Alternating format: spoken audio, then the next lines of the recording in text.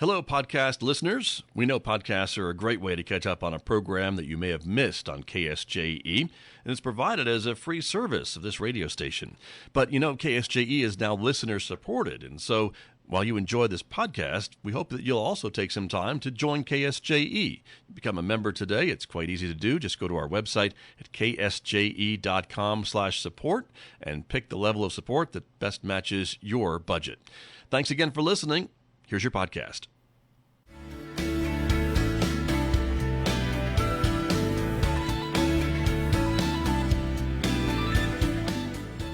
Minutes past 8 o'clock. It is Thursday morning, the 8th day of January 2026. Good morning, everyone. I'm Scott Michlin. Thank you for tuning in to KSJE 90.9 FM right here in San Juan County, New Mexico. In Durango, Colorado, we broadcast at 103.3 FM.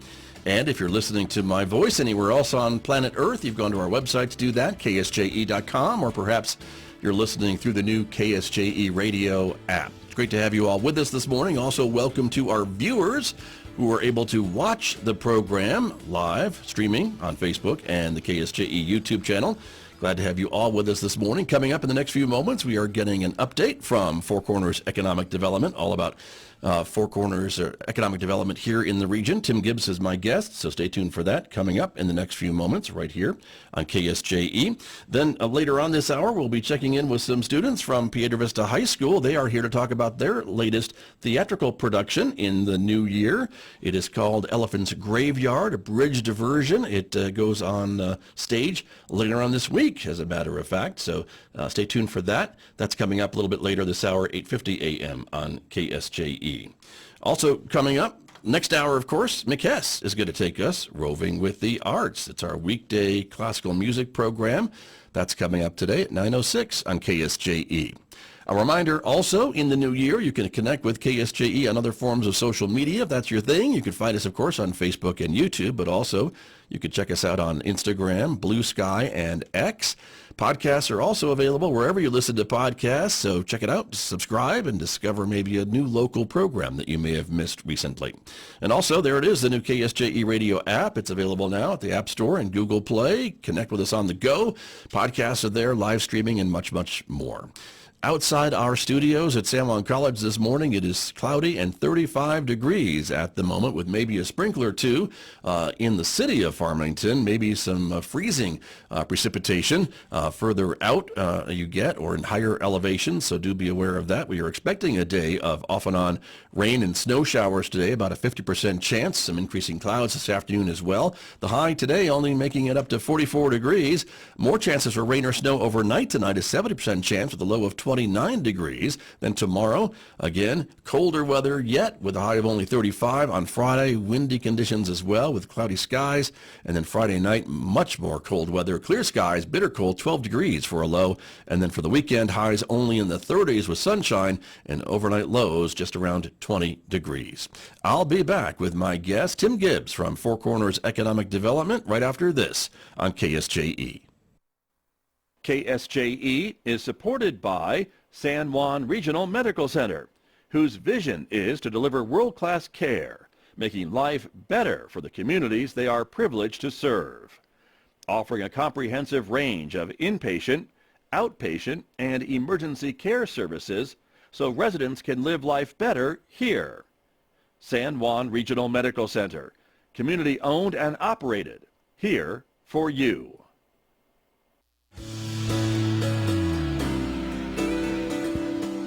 Now back to Studio A and the award-winning Scott Michlin morning program on KSJE.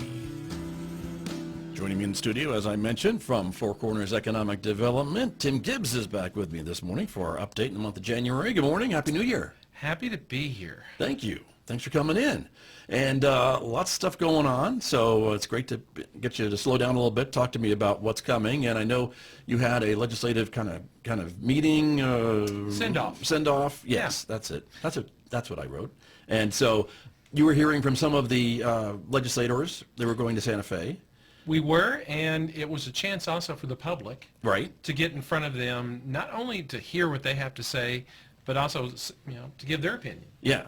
Exactly. And so what was the, I guess, the theme of the meeting, if you can share that with us? I mean, what was the most common recurring question, I guess? Well, first off, we did this with Chamber of Commerce, the Farmington Chamber of Commerce, Okay. and they were partners of us and really helped make this event special. Right. We had a packed house, did School of Energy at the Marion Right. room, and we every single chair was filled and people standing around. So there's interest. Oh, sure. There truly is. I would think so. This is what they call the short session, too. It's only a 30-day session. So things move very, very quickly, if they move at all. Yeah, right. But it started off, we had a good representation of our elected officials, state elected officials there, just talking about how things were going to work and how the 30-day session is different than the 60-day session. With the 60-day session, there was many things that people wanted to have a voice on, like the Family Leave Act. For business, right. But there was a prolonged, drawn out almost event getting to the point of either it coming up for a vote or not coming up for a vote out of committee. That's not the way things are going to work out of this 30-day. It may be that nothing happens or not much happens for the first week or two, and then the last week everything happens. So something that's brought up or marked up for a vote the day before, you have 1 day's notice. Right. So it's incredibly important for people to be tapped in, to be watching what happens, to have access to the legislators, and they really talk to the crowd about the best way to contact them, the best way. They want to know who they're talking to. Right. They don't want to just get a random text or a phone message. They don't want to get 500 emails that are exactly the same, that are blanketed from outside of the state. Right. They want to hear from their constituencies. So they talked about the best way to contact them, and just the nature of the event itself. Right. And how these things are a little different. All sessions are, but certainly the 30-day session where things move very, very fast. Sure. And if I remember correctly, too, the 30-day session is mostly kind of driven by the governor. She kind of dictates what's on that schedule. Is that not how it usually works? I believe that is the case, even though there's always room for compromise. Right, of course. That's a four-letter word. Well, sometimes. Yes. Yeah, right. But she presents the budget, and Yeah. she presents the bills that she wants the legislature to deal with, and I guess there's other ways that bills can get there, but in a short session like this, it's usually what the governor wants them to deal with, I think, and the budget is the main issue. And the budget, and one of our legislators even said that they thought the budget was 7/8 the way done before Right. they even show up down there. Right. Well, she has presented her executive Yeah. proposal, and we'll see what the legislature thinks about it. Yeah. So Very interesting event, but it gave firsthand knowledge for the folks that in the room to have a voice with the Definitely. folks that represent them. Sure. And also see how they make the cake. Right. Of how things are layered and what goes into it and what the final results is, and also what to watch out for. True. And nice for the legislators to say that they want to hear from their constituents and the best way to reach them, and they're open to hearing from folks throughout the session, I guess, as much as they can, right, to learn about how people here feel about what they're voting on. And that's an important point. A couple of the legislators brought up points. They said, we will see things across the spectrum on all kinds of bills and all different things, and we're not expert subject matters on all of those topics. Right, So sure. we really need to hear from people. We need to hear from people that either be affected by it or change agents it's going to help or if it's going to hurt. So they need the collective voices. Yeah. My chairperson, Vince Moffitt, was talking about how he tries to give insight or give perspective, and then they make their own decisions, but he wants to give them the information for they can at Sure. least consider it for how they vote and what they're going to support. Right. And they were talking about the value of that and how much they actually need that, because many times it's not something that's in their background. Right. But So- it still has impacts both on local level and across the state. And they're open to listening, it sounds like. Very much so. So that's good. Well, great. Well, thank you for putting all that together, you and the chamber, for putting that together, and again, sharing that with the audiences. And I know it was written about, I think, in the press as well, a little bit on your website, on your Facebook page. So folks can kind of still get a hold of that. I know there's a website that's pretty active during the session that folks can log into, follow bills and things like that they are interested in. So that's another way that the local residents can stay engaged in the legislative session, even though a 30-day one. Yeah. So that's good too. Other stuff that you were working on, some recruitment? Yeah, and that's always something I That's know constant, right? it is, and it's something that's really important for people to hear when we can. because it's weird. So in some ways we're a submarine because we got to keep it quiet. We're respecting the companies, and the only thing You know hear me, is, I wish you'd tell me everything, but I Yeah. know that you can't. Yeah, and other things we want to get on top of the hill and just scream it out for everyone to hear. right. We have some active recruitments going on. Some of these have been going on for over 6 months because it takes that long to get through the process. But we're starting the year strong. We're starting the year in a better position than we did last year. Okay. Just simply because of the work that we put in over the last year, we've got in front of more companies. We got in front of more site consultants that's handling projects. We've been in more audiences, putting Four Corners area, San Juan County, Farmington, and our other host cities on the map about the opportunities they represent.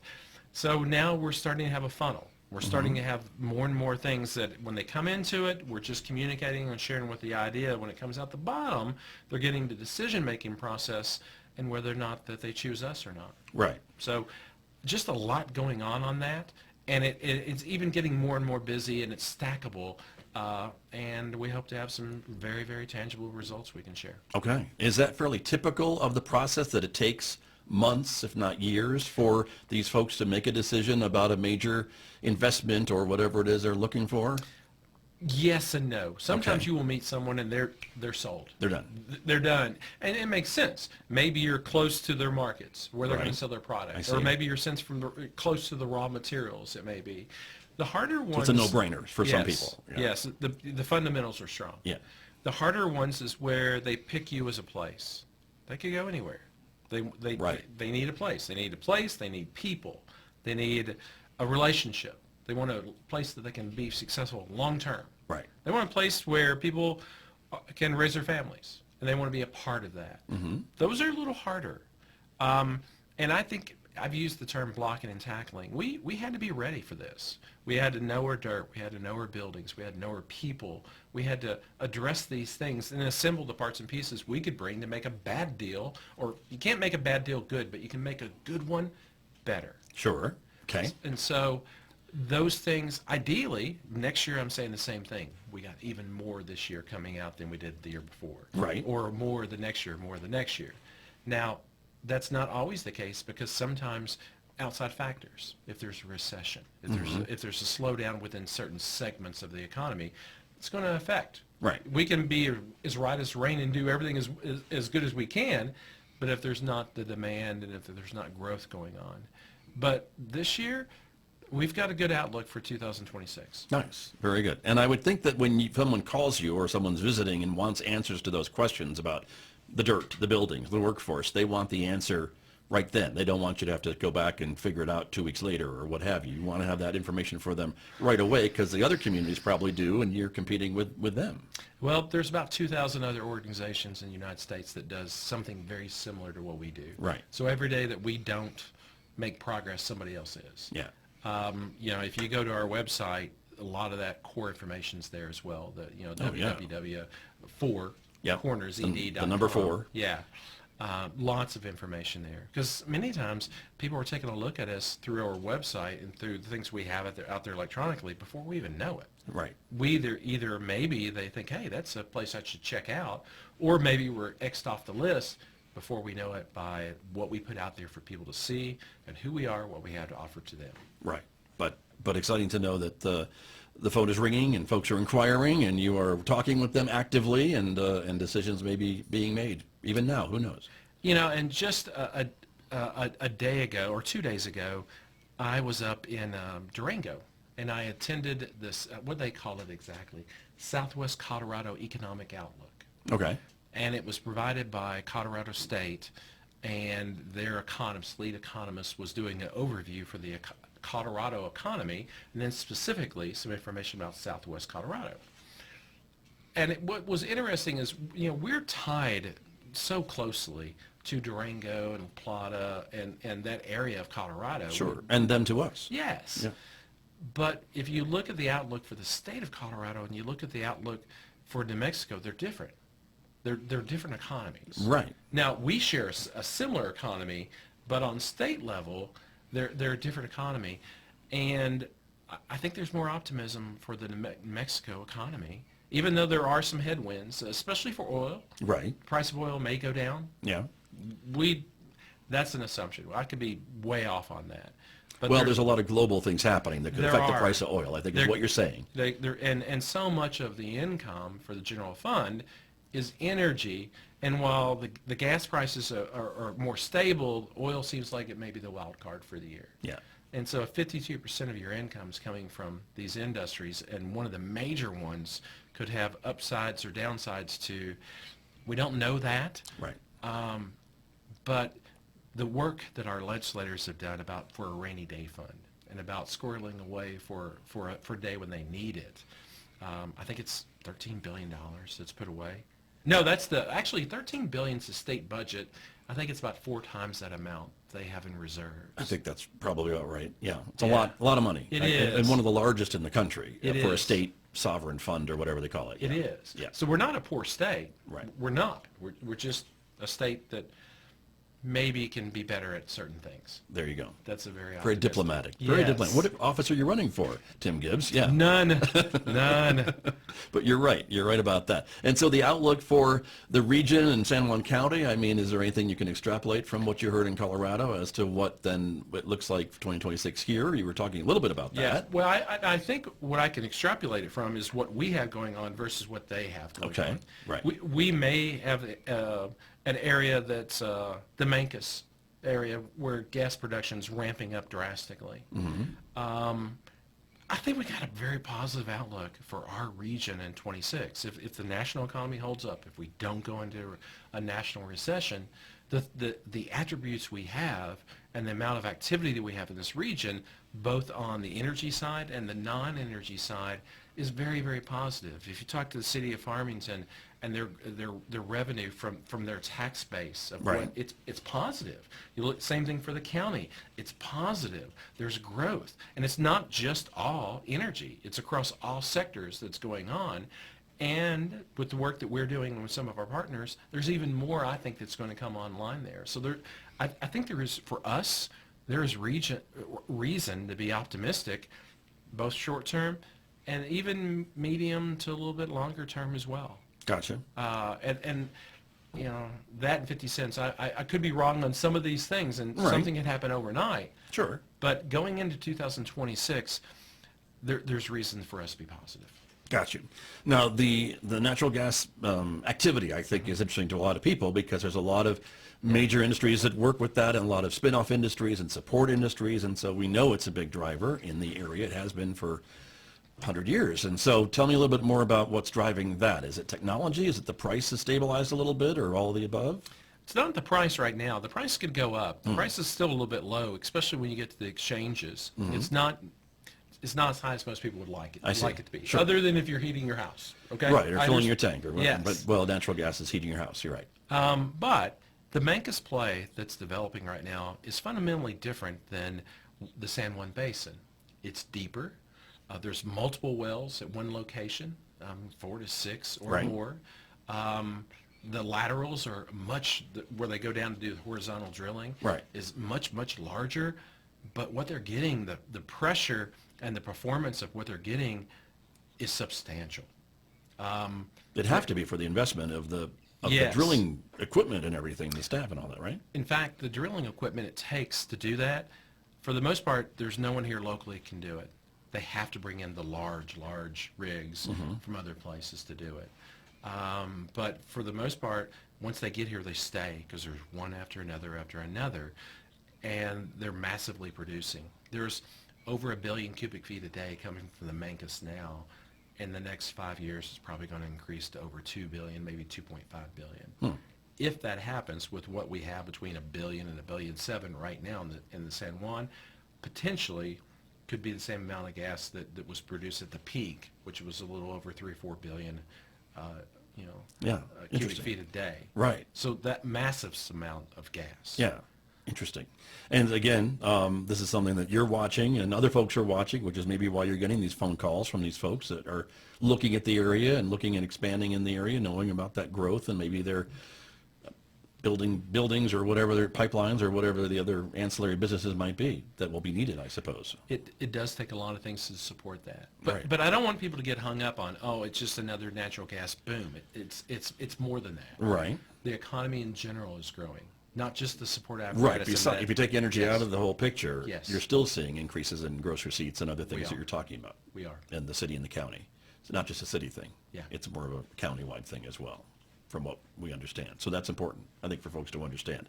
Housing coalition, you're talking about that. That's another thing I know we've talked about in the past, but it's an ongoing, I think, issue for people to find affordable housing and to have enough housing stock for the people that are in a community. I think nationwide we're short, I don't know how many units, but a lot, it seems. Well, that's the reason why it's important to talk about housing after talking about a robust economy. Right.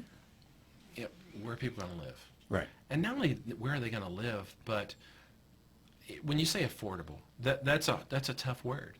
If the average wage or salary is $60,000 for a family, and a house costs twice that, if over 30% of your income goes towards housing, it creates housing insecurity. Right. Right. If the majority of the housing stock was built before 1980, and it's not as efficient as the new standards, the new things, and it costs more people to operate that.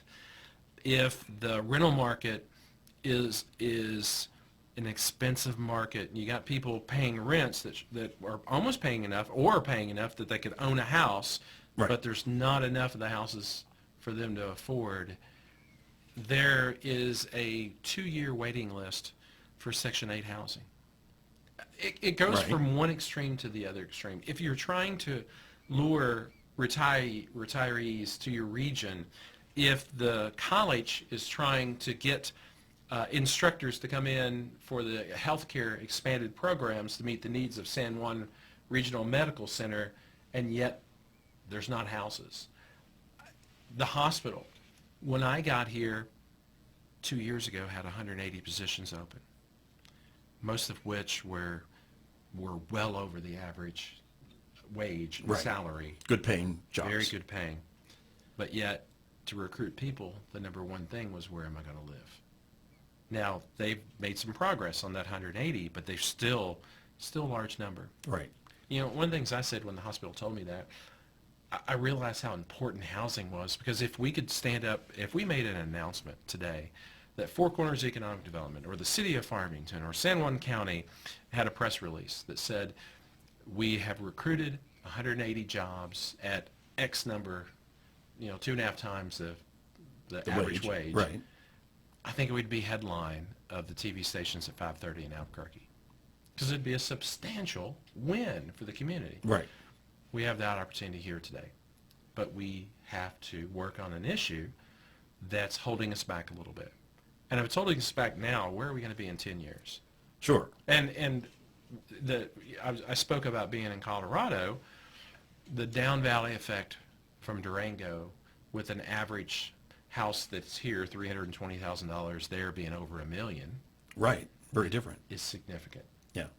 So we have to fix this. Sure. And it's not a magic wand fix, but it's public-private, it's the county, it's the cities coming together, it's us identifying parcels that are publicly controlled that could be developed, that's got infrastructure to help lower the cost, but yet still allow a developer to say, I want to do this. I can make money, and I'm doing the right thing for the community. Right. And that's what a coalition, that's what housing, that's what, when you have a plan and you work the plan and you bring pieces and parts together and you make it easy for the community and the developers to access things, that's how we take the first bite. Got it. And it seems like we see some of that in some other, communities like maybe Albuquerque or Phoenix or Denver, that these big maybe apartment complexes or developments or something like that that are going up in some of these places, but we don't see it as much, at least in my opinion, here.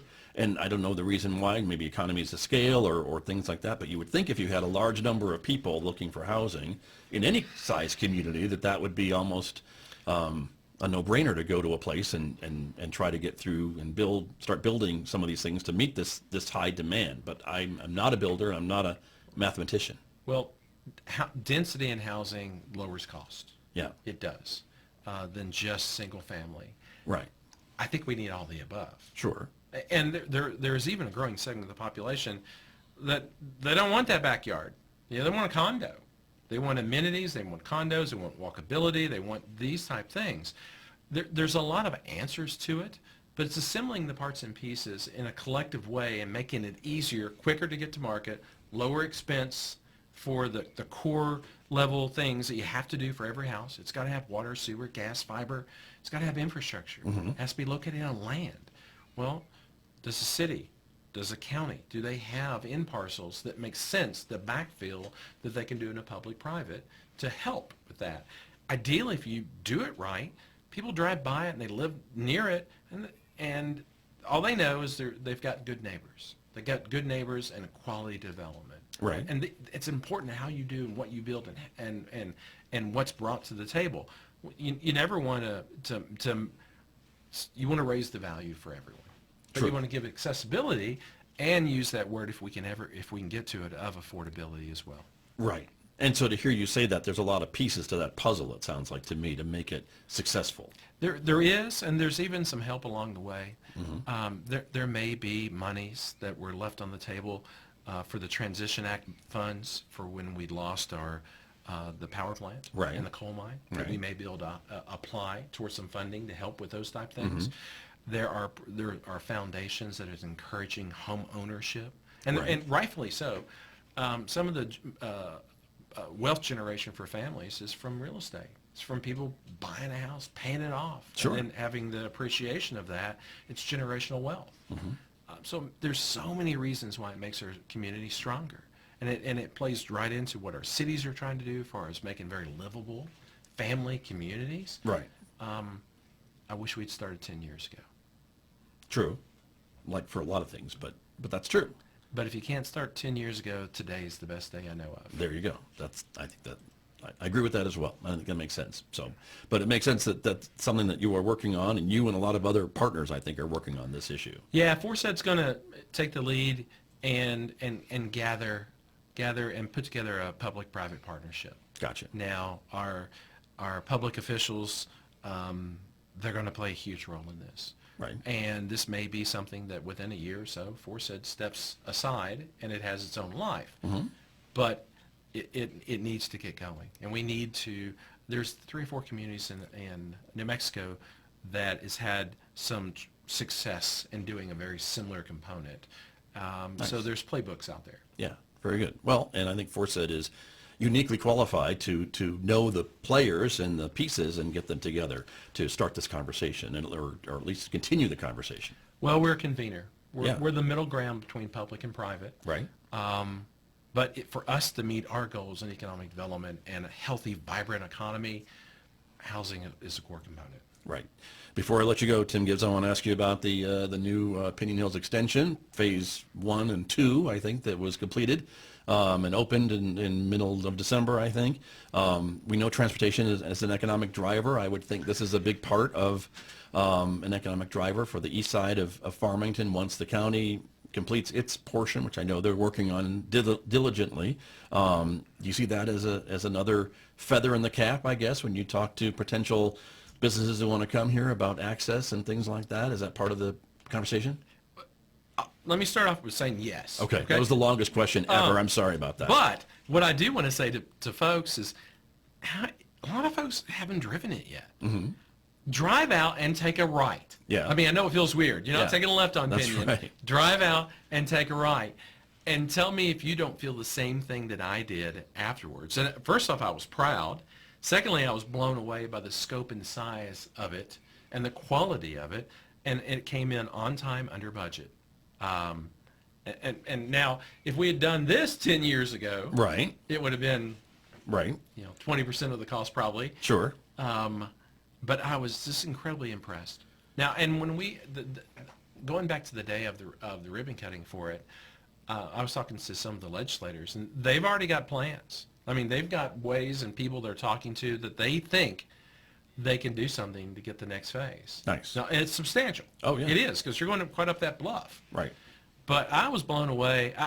Watching the construction, what you could see from the red light, you couldn't really see that much. But when I drove on it, when I could see the land, when I could see the interconnect, when I realized what it would do and where it would go and what it would do for the region, it's one of those things that 5 years from now people are going to be like, it's always been there, because it needs to be there. Right, right. Well, and a lot of folks, when the money was allocated for this beginning phases, we're talking about how, transportation and roads can, provide economic drivers. I think we might see some development along that corridor or near that corridor, I would assume. There's some floodplain, everything's just going over some rivers. Yeah. And you can say the same thing for Aztec. The arterial. That's getting close, right? It's just going to... I got a chance, they took me on the road, and they were showing me development options and things out there. I was blown away by it. Once again, these are fundamental things that maybe they should have been there the whole, long time ago. Sure. But they're going to change the communities. I agree. Well, and again, for folks who aren't quite seeing what you're talking about, I would ask them to think back before even the regular Pinion Hills was put in. I'm old enough to remember that. And there was nothing up on that side of town, and just the College Boulevard went north, and it went into dirt, and that was about it. And now you can see some of the development, and we have a new hospital about to open, and there's some other churches that are along that road, and housing developments and subdivisions that weren't there before that road got there. And that's my point, is that this kind of spurs other development. And you can get from one end of it and the other in 8 minutes. Right. Yeah. Very true. Tim Gibbs, always great to catch up with you. Thank you for coming in this morning. Thank you. Really appreciate it. That is Tim Gibbs from Four Corners Economic Development, my guest this morning right here on KSJE. Did you enjoy that podcast? We hope that you did. And if you did, share it with your friends. And if you really want to keep podcasts like this coming, please support KSJE. You can do it easily online at ksje.com.